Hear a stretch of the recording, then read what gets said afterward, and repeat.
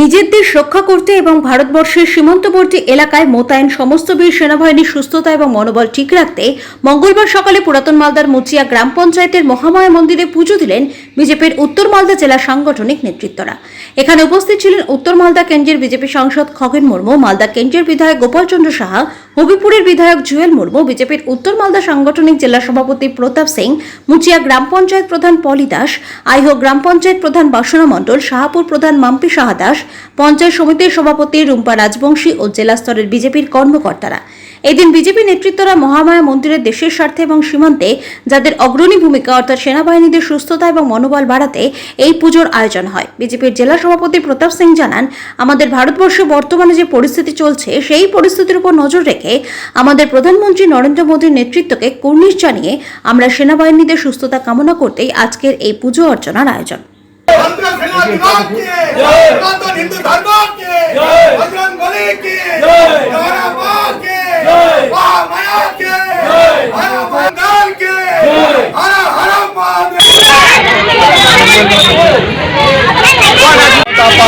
উত্তর মালদা সাংগঠনিক জেলার পক্ষ থেকে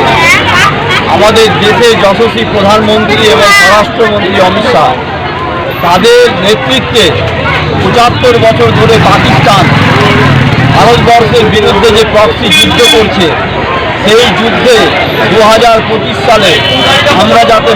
ভারত মায়ের মান সম্মান এবং ভারতবাসীর মনোবাঞ্ছা পূর্ণ করতে পারি, তার জন্য আমাদের দেশে আর সৈন্যবাহিনী তারা নেতৃত্ব দিচ্ছে।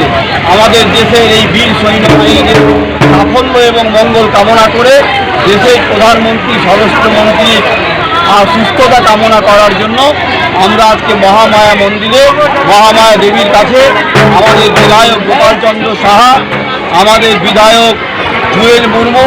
আমাদের পঞ্চায়েত সমিতির সভাপতি রুম্পা রাজবংশী এবং মালদা বিধানসভার অন্তর্গত 4 জন প্রধান, আইহোর বাসনা মণ্ডল, আমাদের মুচিয়ার পলি দাস,